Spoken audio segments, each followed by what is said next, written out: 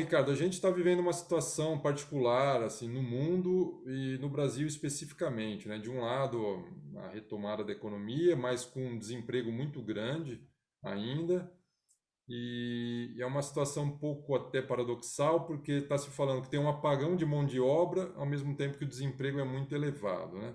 Como isso é possível? Como isso acontece, particularmente no Brasil, onde que esse fenômeno aí parece um pouco mais intenso do que em outras economias?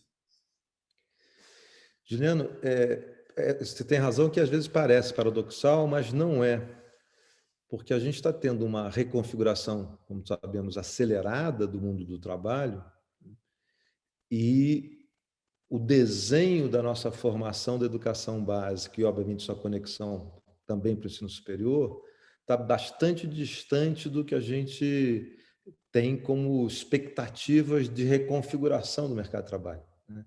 Então, num certo sentido, a gente tem um risco real de se transformar num país de renda média com um desemprego estrutural crônico, sobretudo por uma certa inadequação da capacidade de gerar trabalhos decentes em larga escala, né?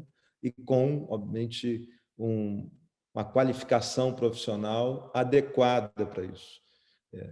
Nós precisamos ter, no ensino básico, obviamente nos 12 anos de ensino obrigatório, a capacidade de produzir uma mão de obra qualificada já a partir da formação básica. Nós precisamos ter um ensino médio com excelência e equidade, porque a gente não tem como mais, nesse mundo contemporâneo, na sociedade do conhecimento, produzir uma educação de qualidade só para alguns. Esse talvez seja o primeiro dilema que a gente precisa resolver, né? Nós erramos nos anos 70, quando fizemos o processo de massificação, iniciamos o processo de massificação da formação básica dos estudantes, porque não colamos nesse projeto a ideia da qualidade. Nesse sentido, os anos 70 são, na verdade, a nossa década perdida, quando a gente pensa o projeto de país. Era um momento em que a gente tinha demografia favorável, taxas de crescimento muito altas, né? Um processo ainda de urbanização em aceleração, e podíamos ter associado qualidade à massificação do ensino. Não fizemos, e, num certo sentido, um desdobramento contínuo, seguimos com uma educação de qualidade baixa e não distribuída pela sociedade como um todo. Por Por que favor. você acha que aconteceu isso? A ideia que existia anteriormente era de que a demanda criaria oferta, quer dizer, o próprio crescimento levaria a uma oferta de mão de obra qualificada, que isso, o próprio mercado, ou as forças aí do próprio crescimento mesmo, proveria essa mão de obra? Qual era a percepção? Eu acho que havia uma leitura, sem dúvida havia uma percepção de que o mercado tenderia a induzir, mas, além disso, havia uma leitura ingênua e mal informada sobre o papel da educação, em que pareceria que só o ensino superior daria conta de você produzir a mão de obra qualificada para aquela realidade. O que a gente não pode esquecer, a gente não pode esquecer que o país se alavancou com a inclusão de uma parcela pequena da população.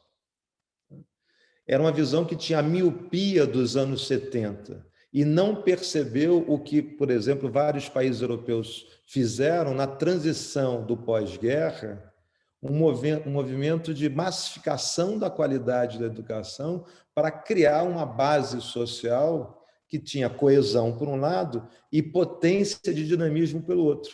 E a gente ficou refém num projeto que estava ancorado em um segmento pequeno da população com alta qualificação.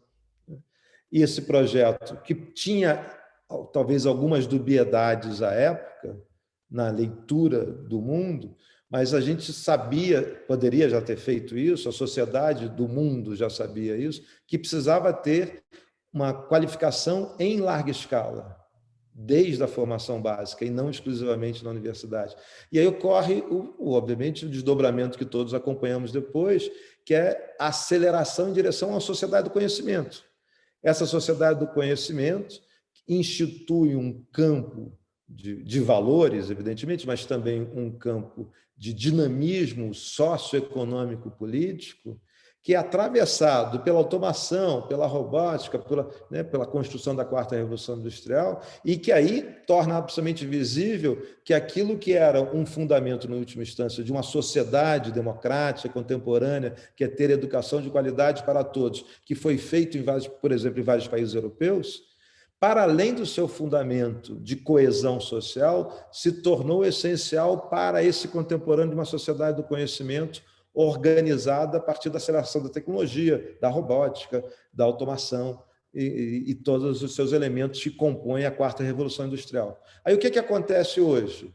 Nós temos uma fronteira dessa sociedade do conhecimento avançando em velocidades altas, e o Brasil, apesar de ter, evidentemente, nas últimas décadas, melhorado muito na educação, melhorou muito, a gente não pode esquecer isso, as últimas décadas foram de evolução contínua na educação, e na educação pública, inclusive. No entanto, o que a gente já tinha como diagnóstico pré-pandemia é que era necessário acelerar muito esse vetor que estava na direção correta, porque ele estava numa velocidade muito aquém do que a gente precisa. Mas o agravante é que nós estávamos numa velocidade baixa, seguimos numa velocidade baixa, com a fronteira avançando. A gente precisa acelerar a velocidade de uma inclusão com altas expectativas para os estudantes, no sentido de não só recuperar os déficits históricos que já geramos, mas também de chegar razoavelmente perto dessa fronteira, senão esse distanciamento com a fronteira que coloca esse risco de, para os nossos jovens atuais, entrarem numa situação de um certo limbo das inserções possíveis no mercado de trabalho e o Brasil cair numa situação de desemprego estrutural crônico, sobretudo diante de empregos decentes de boa qualidade. É aqui que a gente está vivendo um dilema clássico da armadilha de países de renda média e que a gente só tem como superar se ao menos fizermos um investimento de muita intensidade na qualificação do ensino básico, e, obviamente, no pós-médio e no universitário também. A gente não pode esquecer que para a universidade irão 20, 25, 30, talvez 35% da população jovem, mas não mais do que isso. Hoje, a grande maioria da população que faz o percurso da formação básica, primeiro, nem todos concluem o ensino médio. A gente não pode esquecer isso, que a gente já tem uma equação razoavelmente perversa, Juliano, que é de cada 100 crianças que entram no primeiro ano do ensino fundamental, só 65 concluem o ensino médio. Então, é um arranjo de sociedade que diz, neste momento, nos anos 20 do século XXI, que é tolerável que 35 em cada 100 sequer concluam o ensino médio. Isto, evidentemente, não poderia ser tolerado. Não há como, na sociedade do conhecimento, deixar 35 em cada 100 fora dessa formação básica. E isso ainda é mais agravando quando a gente faz, obviamente, as estratificações de leitura desse cenário, faz o recorte, vou fazer só um para te dar o exemplo, quando a gente considera os jovens homens negros, meninos negros que entram no primeiro ano do ensino fundamental, de cada 100, só 53 concluem o ensino médio. Isso é absolutamente devastador.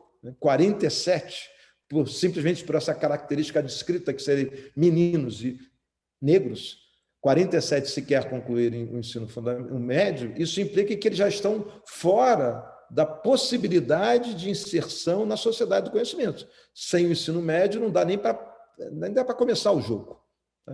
E aí, qual é o agravante disso? É que mesmo esses que concluem, que são muito menos, a gente deveria estar fazendo 97%, 98% deles concluindo, de todos os estudantes, mas, para além disso, concluem com um aprendizado muito aquém do que a gente precisa. E isso é captado, por exemplo, pelos nossos exames nacionais, pelo SAEB, ou pelas comparações internacionais, quando a gente está olhando para o PISA. A gente está muito aquém do que precisa, do ponto de vista cognitivo.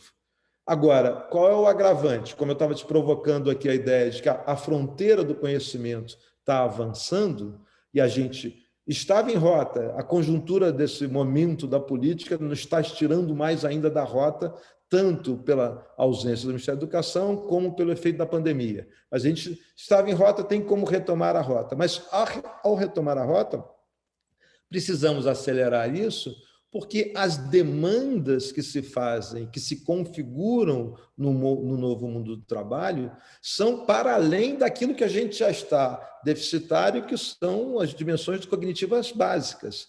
É um mundo que solicita uma cognição avançada, tá?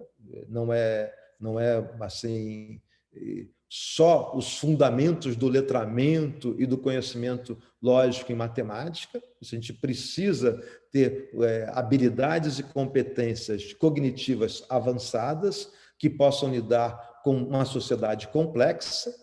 É absolutamente necessário isso. A gente, portanto, precisa, para além do letramento, um avanço no domínio de matemática, da nossa língua materna, mas né, do português, mas também conhecimento difundido de qualidade em inglês e também do letramento digital. Mas letramento digital que vai ao encontro da gente poder ter uma sociedade como um todo que, ao terminar o ensino médio, tenha a capacidade de entender algoritmos que, do ponto de vista da democracia, preserva essa sociedade, por exemplo, de cair nas armadilhas do fake news, né, das armadilhas das manipulações, mas, para além disso, desenvolve capacidade de raciocínio analítico e crítico suficiente para lidar com um mundo complexo, que é cada vez menos físico, que é cada vez menos manual e cada vez mais do conhecimento.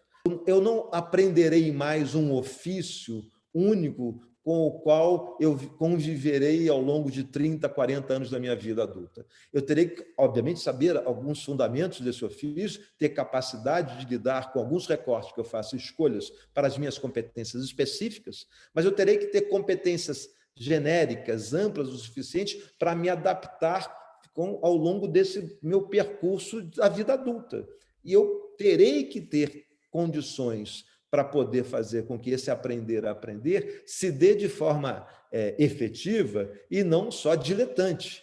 Para isso, a formação básica, da primeira infância até essa formação do ensino médio, sobretudo considerando o ensino médio técnico profissional, que será aquele da base para a grande maioria da população. Obviamente, para os que vão fazer a universidade também será mais potente, mas eu preciso ter isso para entrar nessas várias vias do mundo contemporâneo, né?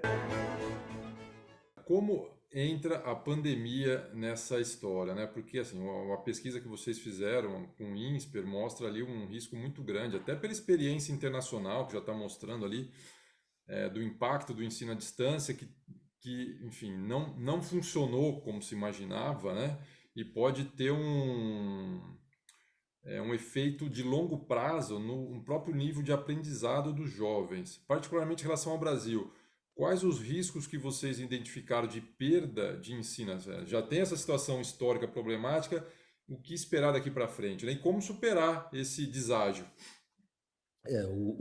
O período da pandemia foi muito perturbador, né? Pelo seu inusitado, né? Óbvio, mas também pela condição de nós sermos um dos países que mais tempo ficou com suspensão de aulas presenciais. Por uma métrica da Unesco, que consegue comparar o que seriam dias úteis, etc., a média do mundo está em torno de 5 meses de suspensão e o Brasil está com 13 meses de suspensão de aulas. É totalmente fora do razoável, né? Por várias razões, né? Razões que vão do negacionismo a incompetências e, obviamente, quando a gente pensa, sobretudo, em educação pública, com municípios e estados resilientes que resistiram ainda e conseguiram manter uma agenda de ensino remoto razoavelmente coerente. Só que o que a gente sabe, e esse estudo que você fala, conduzido pelo professor Ricardo Paz de Barros, do INSPER, com o Instituto Unibanco, ele pega o que teria, ele leva em consideração aquilo que eu acho que é o que temos de melhor na ciência disponível hoje. E nessa literatura toda que nós temos, e nas experiências que a gente já conseguiu ver algumas avaliações do cenário, sobretudo dos países do norte, o que a gente sabe é que, por um lado, o ensino remoto tem muito menor eficácia do que o ensino presencial. Isso dá para se medir. E a gente tem métricas sobre isso, e é totalmente diferente, a gente depois pode discutir, do que seria efetivamente um ensino híbrido que compreende uma combinação entre o presencial e a distância, com a distância servindo para alavancar o presencial. A gente não está falando de ensino híbrido, está falando de ensino remoto, atividade totalmente à distância, e em que a gente tem um lado, em regra, de reprodução de uma aula presencial num ambiente virtual. E isso tem muito menos eficácia do que o presencial. Além disso, a gente consegue medir, sobretudo por causa da PNAD Covid do ano de 2020, qual é a taxa de engajamento dos estudantes nesse ensino remoto. E a gente vê que, além do ensino remoto ter baixa eficácia, a taxa de engajamento no Brasil foi bastante baixa e também heterogênea. Quando a gente considera, na escola pública, jovens, sobretudo um recorte de jovens que eu tenho dado de memória aqui, jovens de famílias com escolaridade pelo menos do ensino médio e brancos, urbanos, essa taxa de engajamento está na faixa dos 80% a 85%. Quando a gente considera jovens de famílias com baixa escolaridade, negros, periféricos, essa taxa está na faixa dos 20%, 25%, taxa de engajamento ao remoto. Né? E a gente não pode esquecer que a maioria das famílias vulneráveis tem acesso ao remoto por um chip pré-pago do celular. E esse chip pré-pago pelo celular implica, no mínimo, negociação do estudante com a mãe, com o irmão, para ter algum momento de uso daquela plataforma, do celular. E, evidentemente, todos nós sabemos que estudar trigonometria no celular não é algo trivial, mesmo com um aluno dedicado querendo estudar. Então, a baixa eficácia do remoto, a taxa de engajamento baixa que nós temos, né, ao longo do período passado, a longuíssima duração do período de suspensão das aulas e algumas outras variáveis, mesmo com professores dedicados, criativos, intensamente à busca de soluções, nós temos uma indicação de uma perda potencial de aprendizagem de altíssima intensidade. Algo, se a gente considerar o que é a nossa referência, que é a escala do SAEB, algo como 9 a 10 pontos em língua portuguesa e 10 a 12 pontos em matemática, o que significa, isso medido para 2020, se nós supusermos que 21 também ficasse o tempo todo com aulas suspensas, esse valor, esse número mágico que eu estou falando para você aqui do SAEB, implicaria um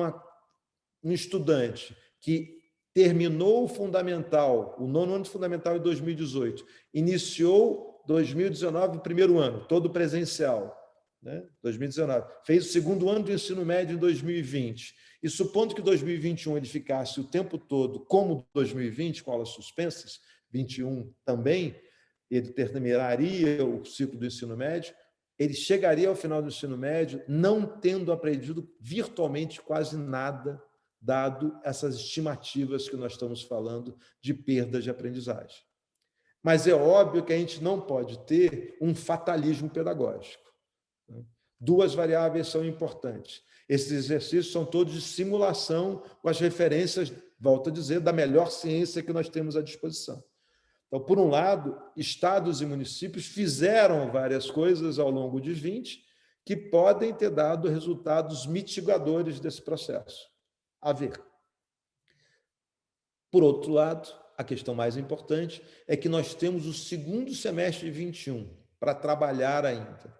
E aí é muito importante a retomada das aulas presenciais, garantidos, evidentemente, os bons protocolos de biossegurança, que já estão disseminados nas redes como um todo, e eles têm que ser garantidos. Para garanti-los implica implementar o protocolo de biossegurança e criar relações de confiança ao implementá-los bem, para que as famílias fiquem seguras e consigam fazer com que os seus filhos vão para a escola. Mas com bons protocolos de biossegurança, eu acho que aí a gente tem como trabalhar o segundo semestre de 2021 com duas questões chaves.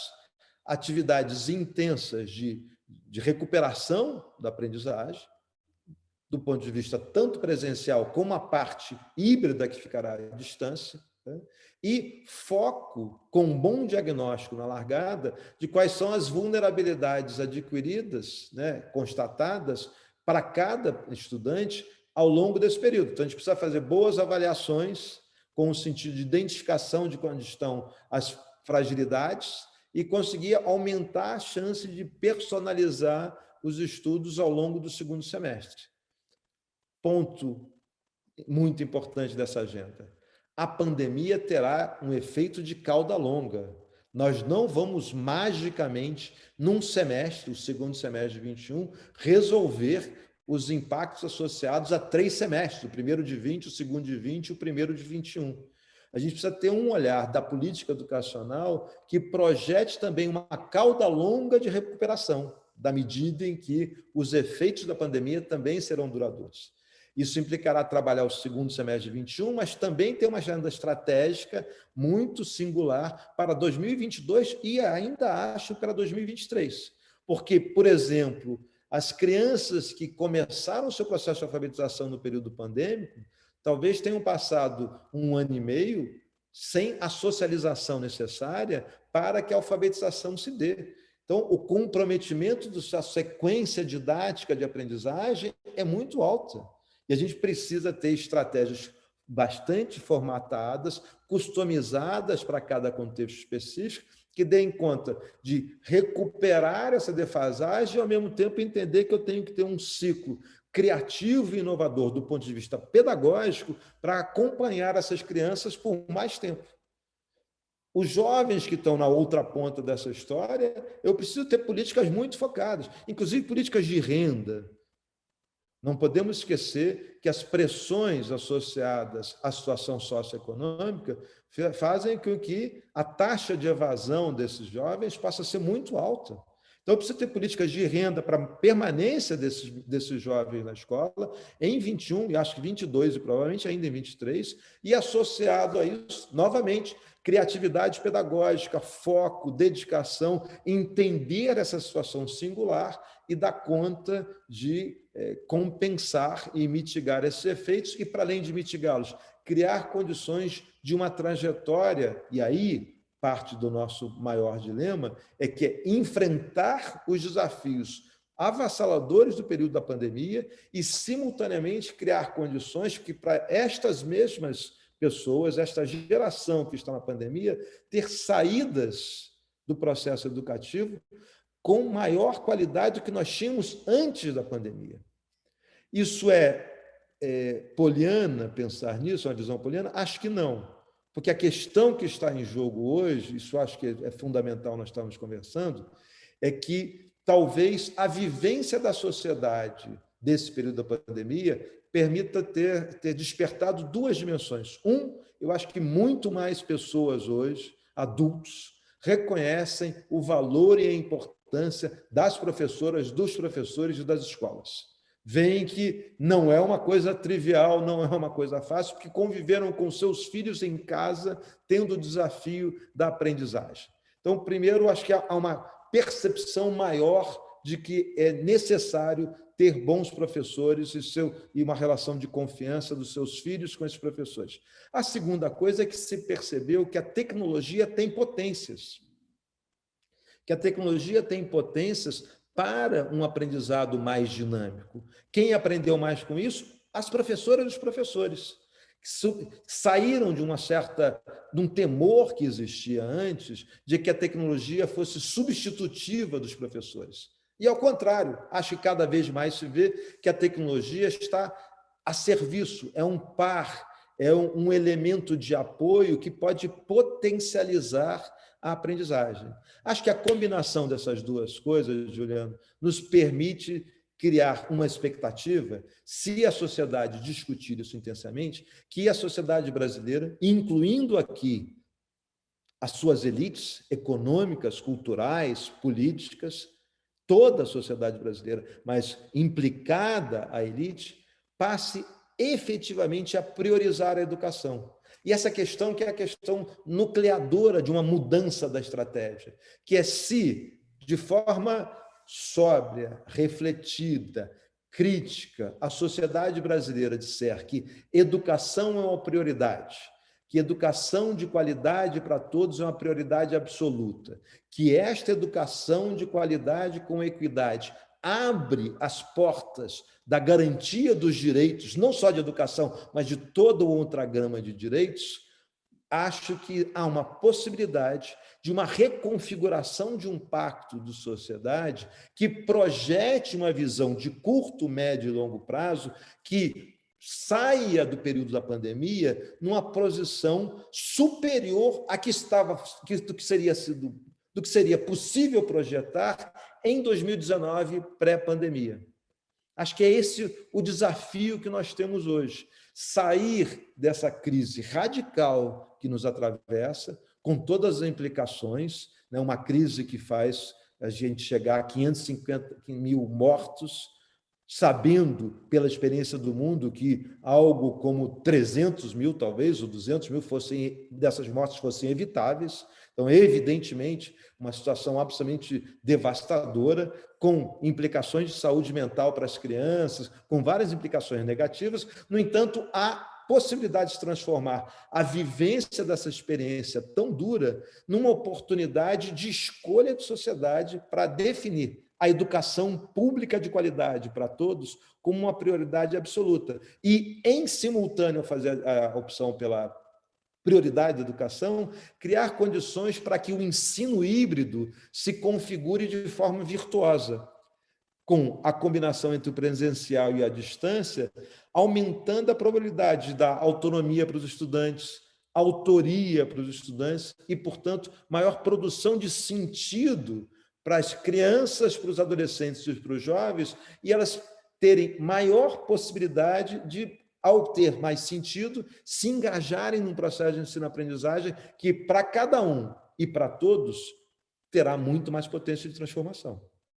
E nessa potência de transformação, a questão chave de criar condições para que esta população, com maior qualificação na formação básica, alguns indo para a universidade, que também precisa se aprofundar na sua qualidade, outros indo para o pós-médio e outros tendo já um médio com um ensino técnico profissionalizante de qualidade, tenham inserções múltiplas, criativas, numa sociedade que eu acho que a gente pode projetar e deve criar essa expectativa que seja mais justa, mais equânime e mais dinâmica.